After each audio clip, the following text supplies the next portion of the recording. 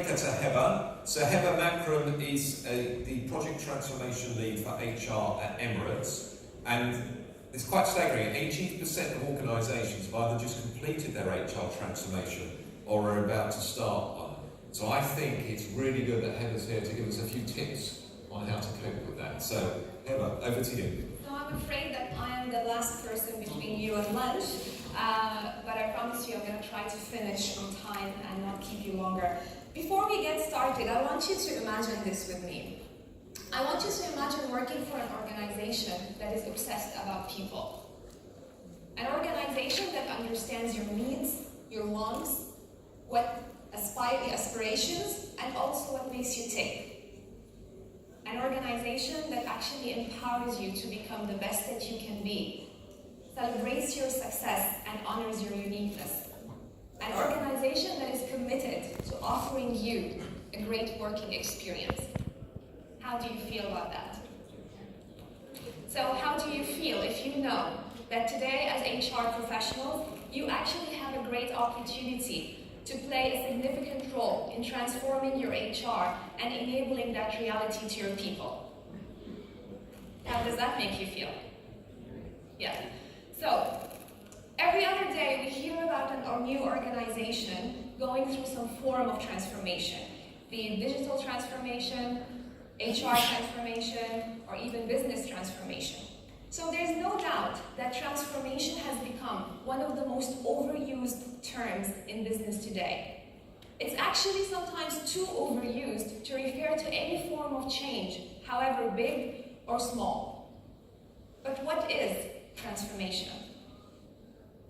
I'm sure some of you already work in some organizations that have defined transformation, or you have your own view on what transformation is. For me, whenever I think about transformation, I always remember a caterpillar in its chrysalis, shedding its old body before it comes out to the world as this wonderful, beautiful butterfly that we see. So for me, transformation is about shedding the old and coming out to the world with the new. So how can we help HR become this beautiful butterfly? In the next few slides, I want to share with you some lessons that I have learned personally doing my own research to understand what transformation is, looking at some forward-thinking organization and what they've been doing in their HR transformation, but most importantly, what I've learned the hard way around, going through transformation myself. Before you get started with any transformation, whether it's HR or whether it's actually any other form of transformation, you need to understand what are the hallmarks of transformation. And actually, McKinsey & Co. have done a lot of work in that space, trying to help people understand how can they make their transformation initiatives work. The first thing you need to realize, and I wish someone told me that before I got started or accepted to be part of that journey, transformation is difficult. By nature, transformations are difficult undertakings, okay? And the likelihood of failing and getting them wrong is much, much higher than actually getting them right. That's why transformation requires a lot of thinking, a lot of focused planning, a lot of understanding, and most importantly, from my experience, it requires supportive and dedicated leadership. You need to realize that as your first fact before you go on your transformation. Be prepared to be disruptive. Disruption and transformation are actually two words that come hand in hand. You will be challenged beyond your own boundaries and your own imagination. You will be questioned about everything that you're doing. You yourself will question yourself and question everything that you're doing. And that is the nature of transformation. Its objective is to disrupt you, to push your boundaries and to frustrate you until you actually break through and start changing. Friction. You need to be very skillful in managing conflict, in managing friction.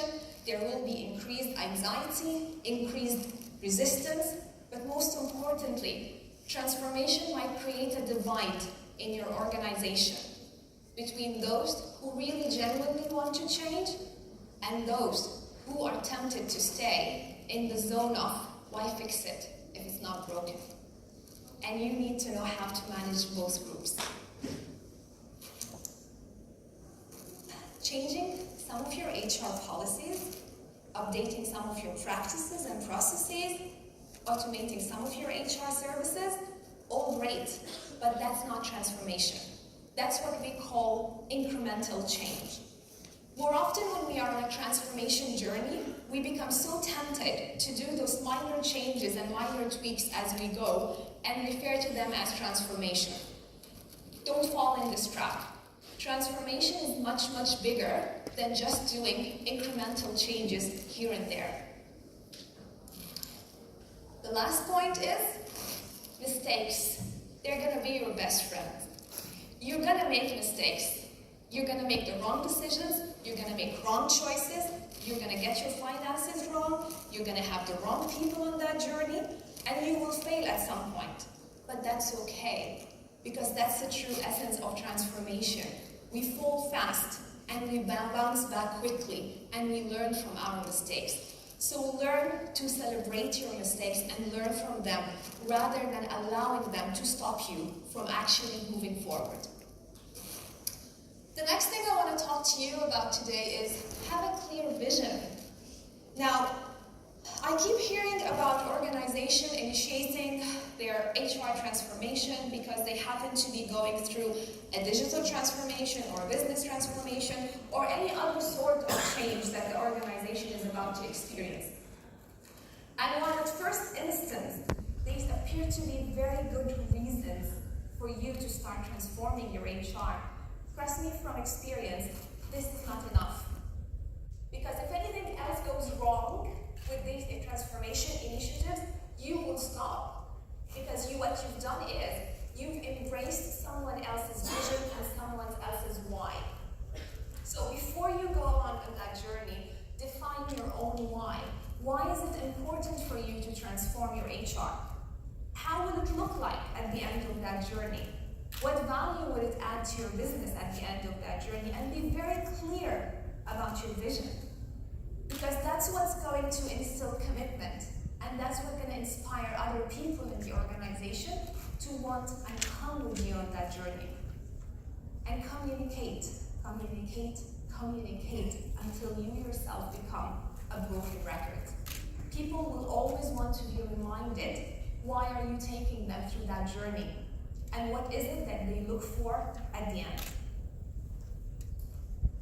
The next point, and we've covered it quite a lot, and we've heard it from a number of speakers actually in the last 2 days, which is culture. If there is one thing I've learned, it's all great to have the most amazing people strategy and the most sophisticated transformation plan. But if you don't have the right culture to support it and to bring it to life, I can guarantee you, you will not go far. Culture has become one of the most significant barriers to any transformation and any change initiative. And there's a lot of research that actually backs this fact. One of them was done by the Singapore Management University, where 87% of respondents highlighted culture as their greatest barrier to transformation.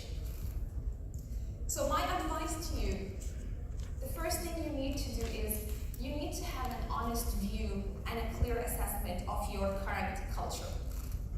Now, culture, there will always be opportunities in your culture for change, but there will also be barriers to change. And you need to understand, if you're working in an organization where the dominant mindset is a fixed mindset, where people are risk averse, they don't want to change, where mistakes are not forgiven, then my advice to you, make that your priority number one. Because at a certain point, your culture is going to come back and going to bite you. And it's not going to help you again to move forward. We spoke about breaking silos. Now, again, something that we've learned in our journey. Transformation is an organization-wide initiative. It does not happen in silos. It does not happen in one part of the company, ignoring the rest. Let alone if you're doing an HR transformation, which is going to impact every single person in your company. including your CEO.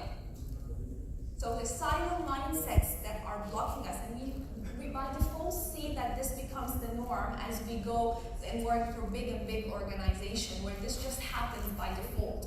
You need to be the bridge, and you need to start thinking about how are you going to break the silos and bring people together. The power and the joy of corporate politics. I'm sure we've all had our share of that. There will always be this one person, if not a few, on the top of your organization who are against change.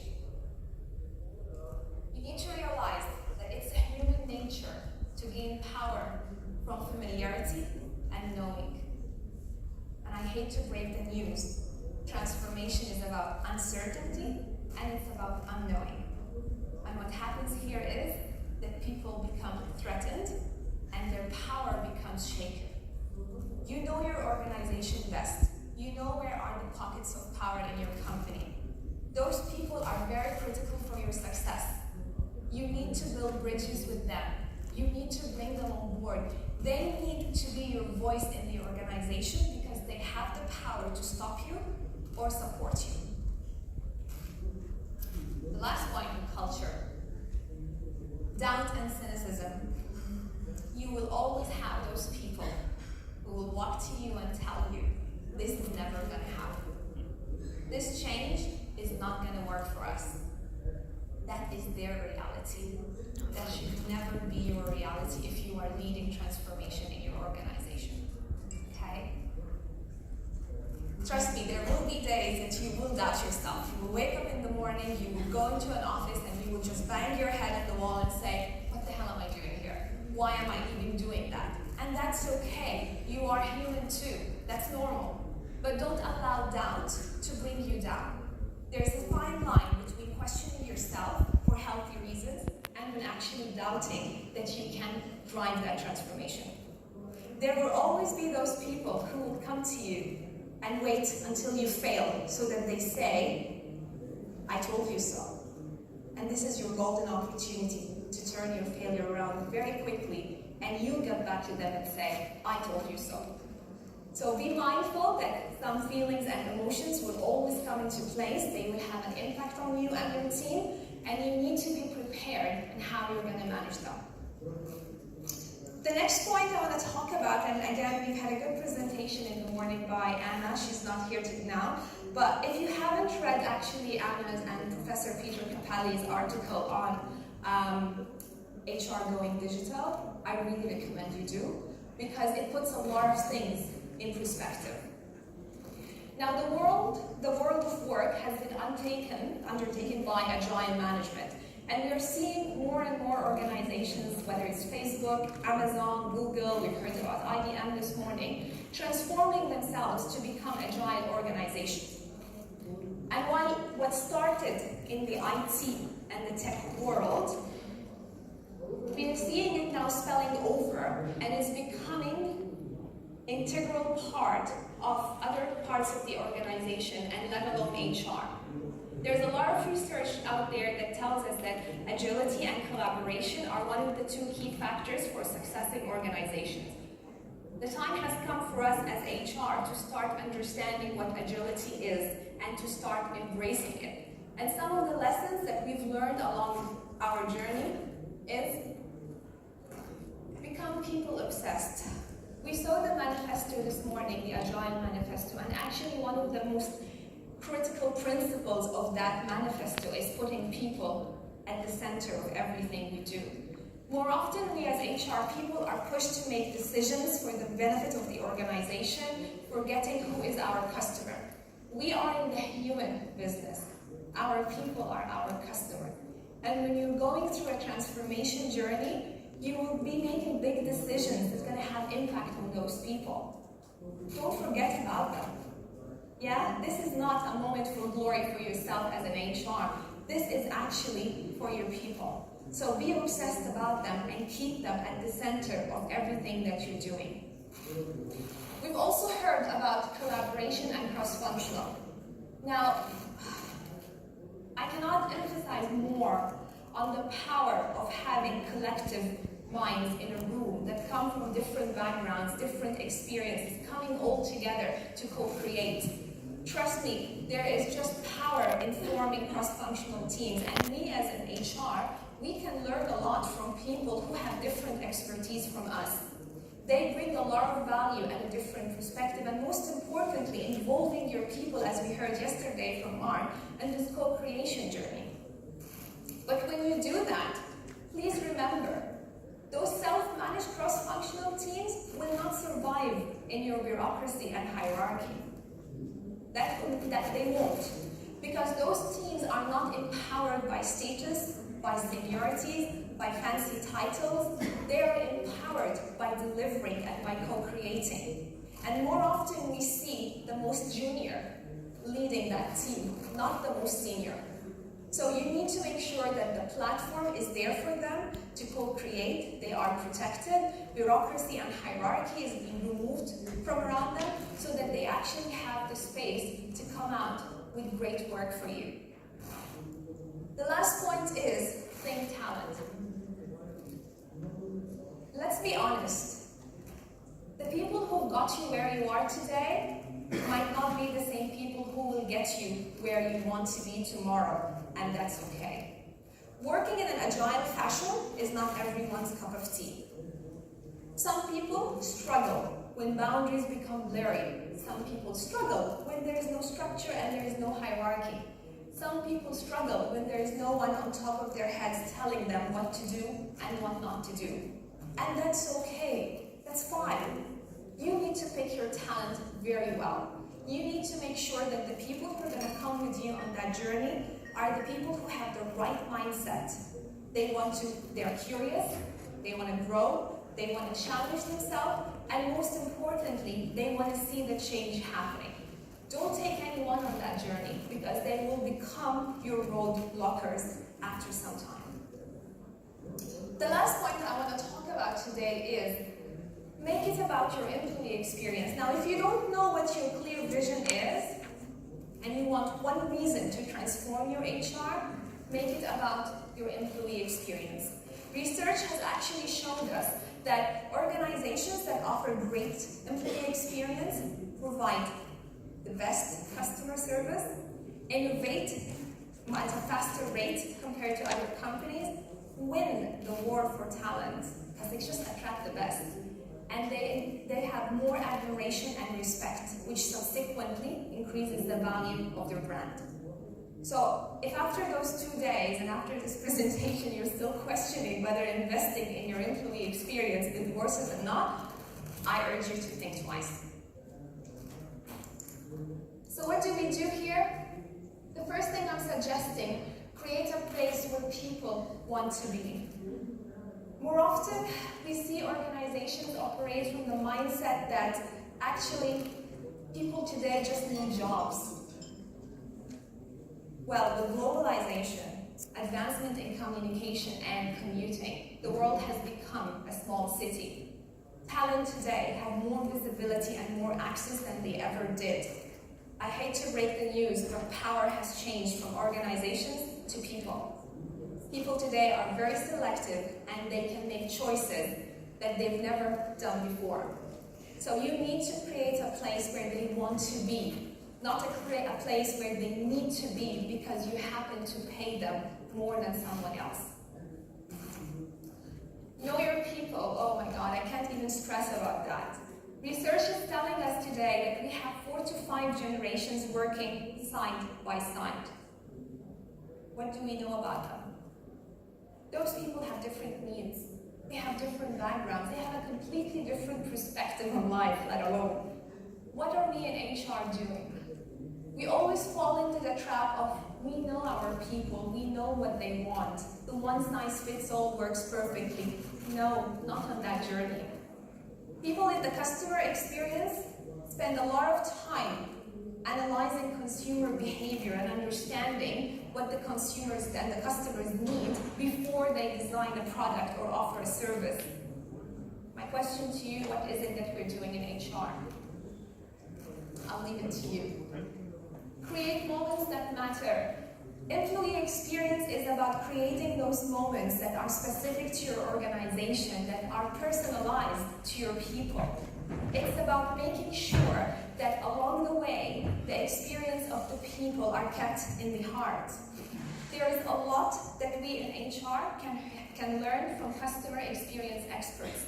Those people are skilled in mapping customer journeys, in identifying touch points, makers and breakers. Learn from them. Map the journey of your people. Understand where are the makers and the breakers, what are the feelings and emotions that your people go through. And when you do that, look at it from end to end. And design an experience and moments that will matter for your people. Because that, at a certain point, is what's going to keep your people working for you. The last point for today is rethink your employer brand.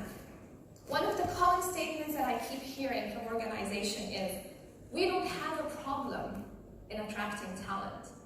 Our corporate brand is so expensive, and we have a good visibility globally, and we're attracting people from all over the world. I always respond back to those people and say, true, it's your corporate brand that attracted them, it's your employer brand that's going to let them leave. No question in that.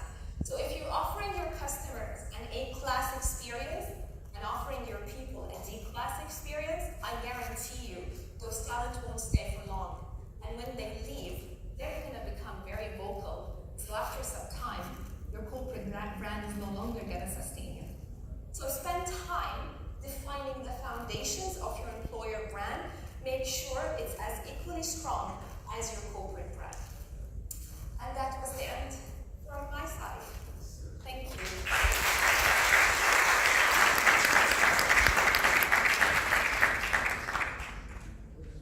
Thanks, Heba. So we've managed to get everyone on track. We're